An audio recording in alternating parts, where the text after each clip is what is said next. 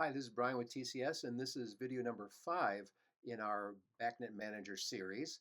And in this video, we're going to show you how to create these custom icons that you see on the site homepage. So you can see that these controllers have those icons and these two don't. So we're going to go back to this kitchen stat that we've been using throughout these videos and show you how you can do that. So if I click on that, I can see here that I've got my monitored page. Now what I did was I went back and I added some points to this because some of these points, like knowing what the fan output is, the discharge air temperature, heating and cooling outputs, the occupancy state, those are all really important to have available to you when you're trying to build these icons. So I just went back into my to the BACnet Manager, and I went to that thermostat, and the first thing I did was I found those points here, and they come through as how they're labeled originally. For example, fan is just labeled G, it's the output.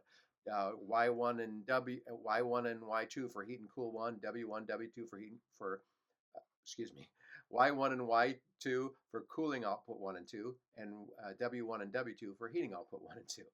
So I just went through and grabbed those. For example, here's the fan output.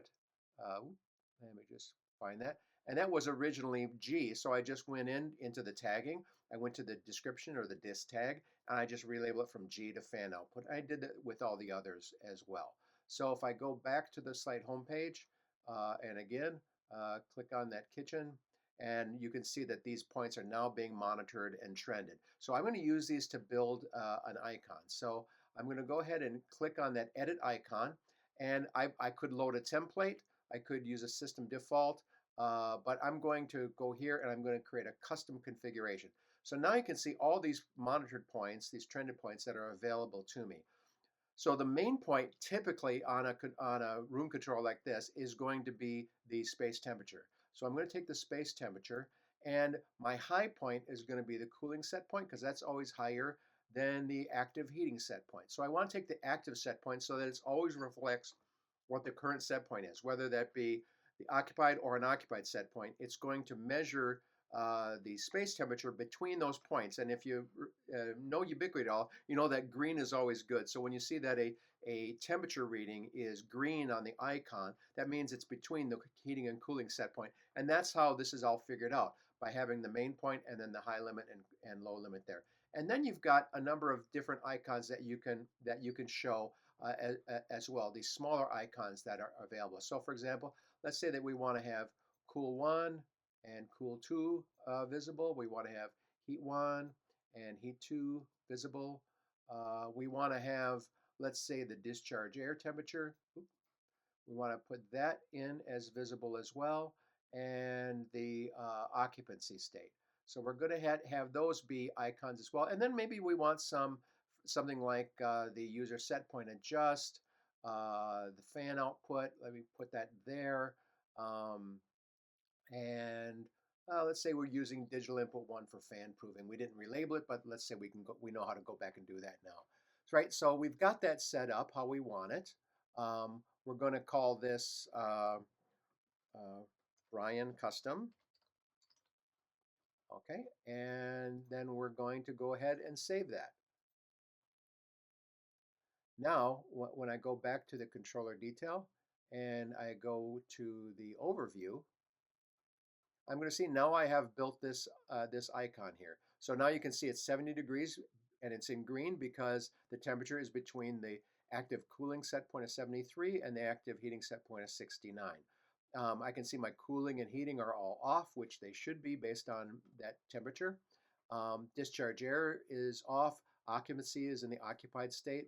Fan is off. User set point adjust is nothing. Digital input 1 is off. So all that information is there. And you can also then, you can see how these icons are all these little balls, if you will. So you can adjust those as well. So we'll go back in and I'll show you how to do that. Go back to my edit icon, and I've got everything here. So some of these, for example, I have multi-state. They're either two-state or multi-state. So these are all multi-state. So what I'm going to do is I'm going to say for cooling, for off, I can click on that icon. If you see how I did that, I just click on the off icon, and I can choose that as my icon I want to use for when the oh, excuse me, that's a fan. Pardon me. I meant to click the snowflake there. So we'll go ahead and click on that snowflake for off, and then the blue snowflake for on. And again, I can do the same thing for the cool 2.